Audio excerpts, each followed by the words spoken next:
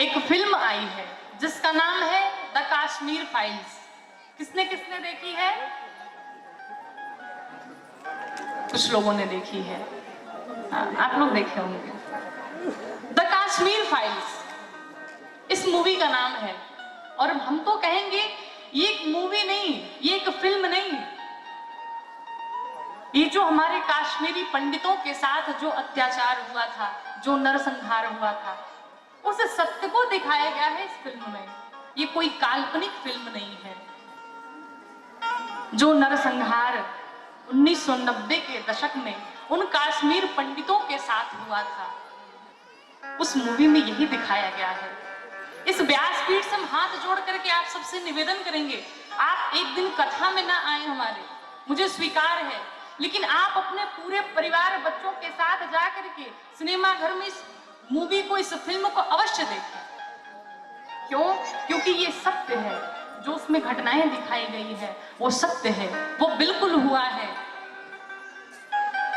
कश्मीरी पंडितों के साथ 1990 के दशक में जिहादियों द्वारा, मुसलमानों द्वारा जो अत्याचार किया गया, जो नरसंहार किया गया, वो अवर्णनीय है। और आपको बताऊं, जो भी इस मूवी को, जो भी इस फिल्म को देख करके आता है, उन सब की आंखें नम है, उन सब की आंखों में आंसू होते हैं। आप कल्पना करिए, जब हम इस मूवी को देख रहे हैं, उस फिल्म को देख रहे हैं, उस घटना को देख रहे हैं, जब हम अपने आंसुओं को नहीं रोक पा रहे हैं, तो जिस समय ये घटना हुई होगी, उस समय उन हिंदुओं की, उन पंडितों की, उन विप्रों की क्या स्थिति रही होगी, उन लोगों ने कैसे झेला होगा।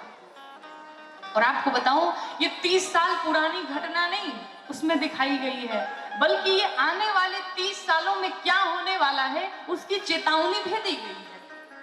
अगर आप सावधान नहीं हुए तो, अगर आप अभी भी सोए रहे, अभी भी नहीं जगे, तो अगले 30 सालों में द कश्मीर फाइल्स जैसे ही the Uttar Pradesh files, the Delhi files, अनेकों फाइल्स तैयार होने वाली हैं। इन जिहादियों ने कितना अत्याचार किया, कितने नरसंहार किए, माताओं बहनों की इज्जत लूट ली गई, उन बहनों के साथ, उन माताओं के साथ घोर अत्याचार किया गया। उन माताओं को अपने ही पति का खून पीने के लिए कहा गया, रक्त पीने के लिए कहा गया, जबरदस्ती उस रक्त को पिलाया गया। उन माताओं बहनों को चलती ट्रक से, चलती ट्रेन के द्वारा मलमूत्र त्याग करने को कहा गया, जबरन जबरदस्ती। उन बहनों को, उन माताओं को लकड़ी काटने वाले मशीन से उन बहनों को काट दिया गया। लगभग 5 लाख से ज्यादा हिंदुओं की निर्मम हत्या कर दी गई, नरसंहार कर दिया गया।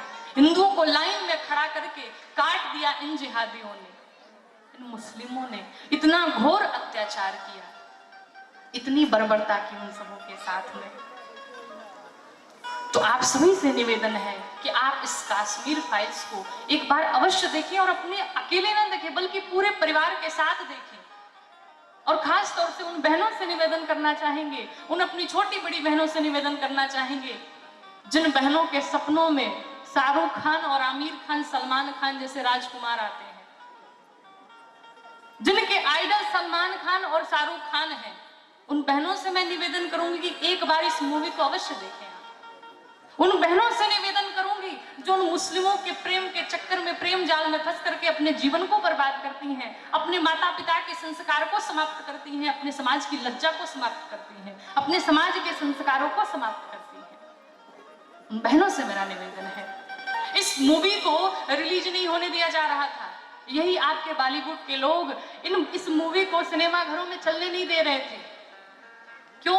क्योंकि जानते थे कि जब ये मूवी सबके सामने आएगी, सनातन की सच्चाई दिख जाएगी। क्या हुआ था उन हिंदुओं के साथ, उन पंडितों के साथ, उन संत महात्माओं के साथ, वो सारी घटनाएं, वो सारी सच्चाई सबके सामने आ जाएगी। इसलिए इस मूवी को रिलीज तक नहीं होने दिया जा रहा था। आप सोचिए इस देश में क्या चल रहा है, इन हिंदुओं के साथ, हम हिंदुओं के साथ कितना बड़ा षड्यंत्र किया जा रहा है, कितना बड़ा अत्याचार हो रहा है। विचार करने योग्य है कि वही इतिहास बन करके रह गया, उस प्रकार से कहीं ऐसा ना हो कि हम हिंदू भी एक इतिहास बन करके रह जाएं, इतिहास न बनिए। बार बार निवेदन करते हैं, अब भी समय है, जग जाओ, जग जाओ। आप देखे होंगे आज के समाज में धर्म परिवर्तन किए जा रहे हैं, पैसे दे दे करके धर्म बदले जा रहे हैं। मैंने धर्म पर ऐसी कुछ टिप्पणी की थी, ट्वीट किया था, तो किसी का कमेंट आया था, आप धर्म गुरु हैं, आपको ऐसी बातें नहीं करनी चाहिए, आपको कथा करना चाहिए, आपको इस सब चक्कर में नहीं पढ़ना चाहिए। तो किस चक्कर में पढ़ना चाहिए? कुरान पढ़ना चाहिए, बैठ के कुरान पढ़ें। अगर आज चक्कर में नहीं पढ़ेंगे, आज मान लेते हम कथा करते रहें, लेकिन आज के 10 साल बाद इस भगवान राम की कथा को, इस गाथा को कौन सुनेगा, कौन गाएगा? ना हम कथा सुना पाएंगे, ना आप बैठ करके कथा सुन पाएंगे, वो स्थिति नहीं रह जाएगी। आज समय है जगाने का। कथाओं में हम हिंदुओं को जगाने की बहुत आवश्यकता है, जगने की बहुत आवश्यकता है। अगर आज नहीं जगे तो आज के 10 साल बाद फिर आपको जगाने से भी आप जगने वाले नहीं हैं, आपको जगने नहीं दिया जाएगा। इसलिए बार बार निवेदन करते हैं, हम इस व्यासपीठ से, इस छत्तीसगढ़ की धरती से निवेदन करेंगे देश की सरकार से, प्रदेश की सरकार से, कि एक ऐसा भी कानून लाया जाए, एक ऐसा कानून बने कि जो सनातनी पैदा हो वो सनातनी ही रहे, कोई चाहे तो भी धर्म परिवर्तन न करा सके, हम भी चाहे तो भी अपना धर्म परिवर्तन न कर सके। एक ऐसा कानून भी बनना चाहिए कि कोई धर्म परिवर्तन ना कर सके। लेकिन हाँ, जो चाहे सनातनी बन सकता है, ये ठीक है। अब आप सोच रहे होंगे कि सनातनी, अगर आप धर्म परिवर्तन नहीं कर सकते तो दूसरा कोई धर्म परिवर्तन कैसे कर सकता है? उसका भी कारण है, हमारा सनातन धर्म ही तो था, आदि है, अनंत है, हमारा सनातन धर्म ही था। लेकिन ये बीच में पता नहीं पंचर पुत्र कहां से चले आए। ये बीच में पंचर पुत्र नहीं थे, लेकिन बीच में न जाने कहां से टपक गए। इन सुअरों की यही निशानी है, कान में रुई डाल करके इत्र लगा के मुख में पान और पंचर की दुकान, यही सबकी निशानी है। हमने तो पूरी महाभारत, पूरा मानस पढ़ लिया, लेकिन कहीं पंचर पुत्र दिखाई नहीं पड़े, लेकिन पता नहीं कहां से बीच में टपक पड़े। लेकिन अब टपक गए तो झेलना ही पड़ेगा, लेकिन बढ़िया से झेलिए। एक ऐसा कानून भी बनना चाहिए कि अगर कोई धर्म परिवर्तन करना चाहे तो कम से कम उसे 10 साल की सजा दी जाए।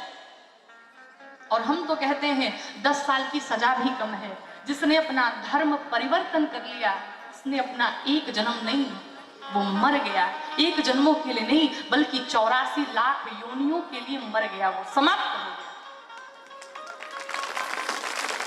और आप विचार करिए, कोई कहता है तुमने मेरी जिंदगी बर्बाद कर दी, तुमने मेरा जीवन बर्बाद कर दिया। तो अगर एक जीवन के लिए आप किसी को क्षमा नहीं कर सकते, तो 84 लाख योनियों जिसने बर्बाद कर दी, फिर उसको आप क्षमा कैसे कर सकते हैं? उसे तो मृत्यु दंड ही मिलना चाहिए। हम सनातनियों को धर्म परिवर्तन नहीं करना चाहिए, चाहे जो भी परिस्थिति हो। एक ऐसा भी कानून बनना चाहिए। लेकिन अगर कोई चाहे तो सनातनी बन सकता है, क्योंकि हम सनातनी ही पुराने हैं, हमारा सनातन ही आदि है, अनंत है। यही पुराना था। अरे सुबह का भूला अगर शाम को घर आ जाए तो उसे भूला नहीं कहते हैं। आ जाओ हमारे सनातन धर्म में, हमें स्वीकार है, लेकिन हम सनातनी किसी दूसरे धर्म में नहीं जा सकते।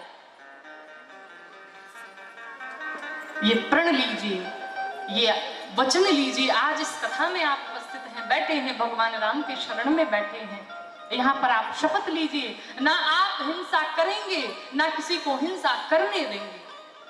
और अपने सनातन धर्म का परिवर्तन अगर कोई करता है तो उसका पुरजोर विरोध करेंगे, उसे समाप्त कर डालेंगे, उस पर आप ध्यान देंगे। इसलिए आपसे हाथ जोड़ करके इस व्यासपीठ से निवेदन करूं कि ये कुकृत्य, ये पाप कभी ना करें, और ना ही इस पाप को कभी होने दे, अपने नेत्रों के सामने कोई करे।